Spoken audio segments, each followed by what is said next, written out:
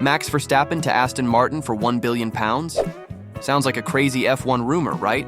But this week, that exact story took the paddock by storm. The reigning world champion was linked with a move to one of the most ambitious teams in F1. Aston Martin wants him, and they're ready to spend big. But could this be more than just wild speculation? Let's break it down. First off, we've got to talk about the £1 billion number. Aston Martin reportedly tried to woo potential sponsors by suggesting that Verstappen would join them in 2026.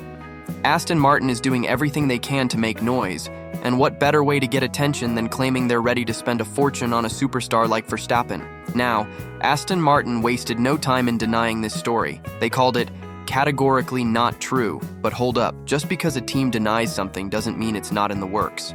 In fact, denying it could be a way of playing it cool while secretly trying to make a deal happen.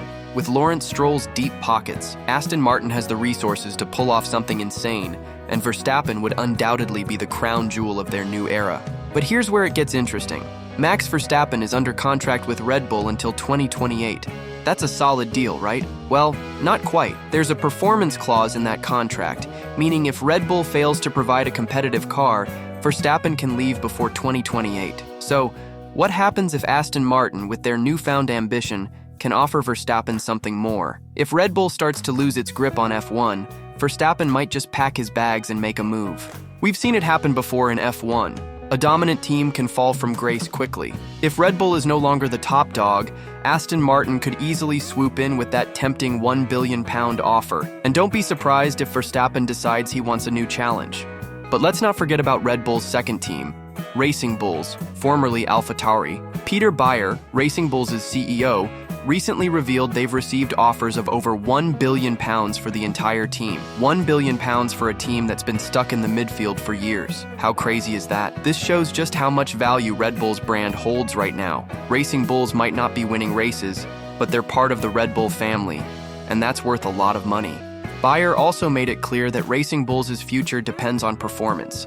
If the team doesn't improve, it could be history. Red Bull isn't interested in keeping a team that finishes in the lower half of the grid. This is a wake-up call for Racing Bulls. They either step up or face being cut loose.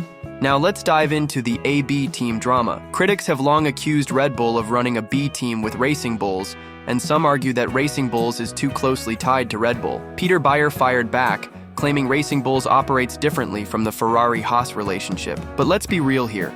How much independence does Racing Bulls really have when they share so much with Red Bull? If Racing Bulls isn't careful, they'll become just another Red Bull test team. If they want to survive, they need to prove they can compete with the big boys, not just be a Red Bull junior squad. At the end of the day, this story isn't just about Max Verstappen's future.